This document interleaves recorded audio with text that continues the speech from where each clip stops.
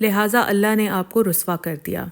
تو آج اگر ہم سب اپنے گریبان میں جھانکیں تو کیا ہماری نمازوں کا، ہماری دعاؤں کا یہی حال نہیں ہے؟ ہم جھوٹ بولتے ہیں، دھوکہ دیتے ہیں، ملاوٹ کرتے ہیں، رمضان آتے ہی پرائسز اتنی زیادہ کر دیتے ہیں، غریب کا حق کھا جاتے ہیں، یتیم کو نہیں چھوڑتے، مسکین کی پرواہ نہیں کرتے، ہمسائے کا خیال نہیں رکھتے، حرام کھاتے ہیں اور بڑے آرام سے مسجدوں میں جا کر نمازیں بھی ادا کرتے ہیں۔ یہی حال ہماری دعاؤں کا ہے۔ جب اللہ تعالیٰ ہمیں کسی مشکل میں ڈال دیتے ہیں، کسی آزمائش میں ڈال دیتے ہیں اور ہم اللہ تعالیٰ سے مدد کے لیے ہاتھ اٹھاتے ہیں، دعا مانگتے ہیں، اور اگر اللہ تعالیٰ ہماری وہ دعا نہیں سنتے تو ہم اللہ تعالیٰ سے گلے کرنے شروع ہو جاتے ہیں۔ اور اکثر تو کیا ہوتا ہے کہ ہم دعا کے لیے ہاتھ اٹھاتے ہیں تو ہمارے دل کو یقین ہی نہیں ہوتا کہ یہ ہماری دعا سنی جائے گی، بس ہمارے لب ہل رہے ہوتے ہیں لیکن ہمارے دل میں وہ یقین نہیں ہوتا۔ اس یقین کے کامل نہ ہونے کی وجہ سے ہی ہماری دعائیں پوری نہیں ہوتی۔ جب تک آپ کو اس بات پر پختہ یقین نہیں ہو جاتا، جب تک آپ کا دل اس بات کے لیے گواہی دینے نہیں لگ جاتا کہ اللہ تعالیٰ کی ذات رحیم و کریم ہے، اللہ تعالیٰ ہماری دعائیں سنتا ہے، اور اگر ہماری کوئی دعا قبول نہیں ہوتی ہے تو اس میں یقیناً اللہ تعالیٰ کی کوئی مصلحت ہوتی ہے اور ہماری بہتری ہوتی ہے، تب تک ہماری دعائیں جو ہیں نا وہ عرش تک نہیں پہنچتی۔ طالب علموں کی بات لے لیں، اسٹوڈنٹس کی بات کر رہی ہوں میں۔ اب اسٹوڈنٹس کیا کرتے ہیں کہ محنت کرنی نہیں ہے اور بس دعائیں کرتے رہنا ہے، نمازیں پڑھتے رہنا ہے، نمازیں پڑھنی ہے، دعائیں پڑھنی ہے، مگر اپنے سلیبس کی کتابیں نہیں پڑھنی۔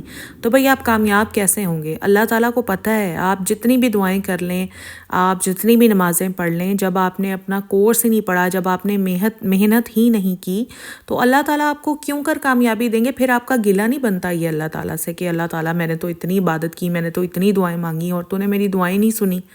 بھائی محنت کہاں ہے آپ کی؟ جس چیز کے لیے آپ دعائیں کر رہے ہو اس چیز کو پانے کے لیے، امتحان میں کامیابی کے لیے آپ نے محنت کی ہے۔ پہلے انسان کو اپنی محنت کرنی ہوتی ہے، ساتھ میں دعا مانگنی ہوتی ہے۔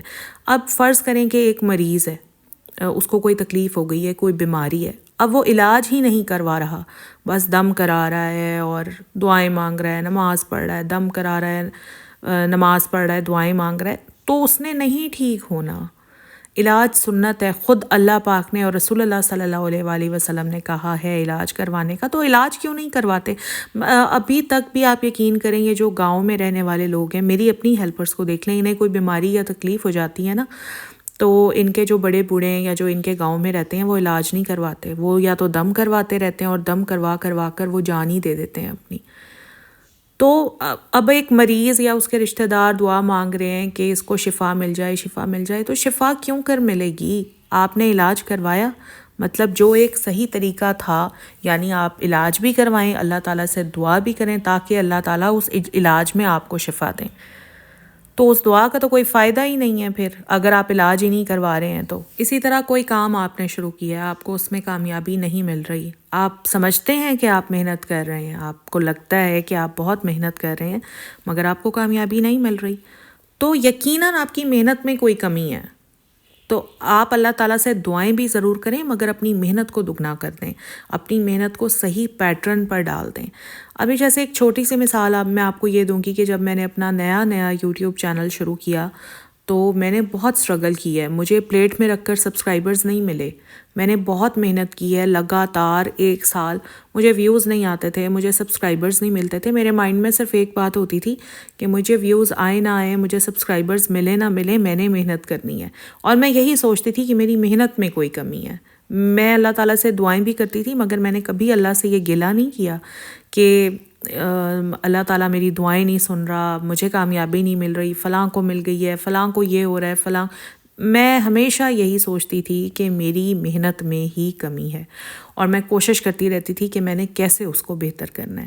میں یہ کوشش کرتی رہی، اللہ تعالیٰ سے دعائیں کرتی رہی، اور اللہ تعالیٰ نے بالآخر مجھے کامیابی کی پہلی سیڑھی پر چڑھا دیا، اور آج میں آپ سب کے سامنے ہوں۔ انما الاعمال بالنیات، آپ نے یہ سنا ہے نا، اعمال کا دار و مدار نیتوں پر ہے، اور یہ بالکل ٹھیک بات ہے۔ نیت صاف، منزل آسان، بس اس بات کو یاد رکھا کریں۔ اور یہ تھا میرا آج کا ولاگ، آئی ہوپ آپ لوگوں کو اچھا لگا ہوگا۔ اگر اچھا لگا ہے، آپ لوگوں کو سن کر مزہ آیا تو پلیز ایک لائک ضرور دیجیے گا۔ اگر آپ میرے چینل پر فرسٹ ٹائم آئے ہیں تو میرے چینل کو سبسکرائب بھی کر لیجیے گا۔ انسٹاگرام ہینڈل میں ڈال رہی ہوں ڈسکرپشن میں، وہاں مجھے فالو کر لیجیے گا۔ ساتھ کے ساتھ سورہ رحمان والا جو ولاگ ہے اس کا لنک بھی میں ڈسکرپشن میں ڈال رہی ہوں، ایک بار میرا وہ ولاگ بھی ضرور دیکھیے گا، ضرور سنیے گا، آپ کو بہت اچھا لگے گا۔ اپنا خیال رکھیے گا، روزے رکھیے، اللہ تعالیٰ کی عبادت کیجیے، رمضان سے فائدہ اٹھائیے، جو مانگنا ہے اللہ تعالیٰ سے مانگیے، مجھے بھی دعاؤں میں یاد رکھیے۔ اللہ حافظ۔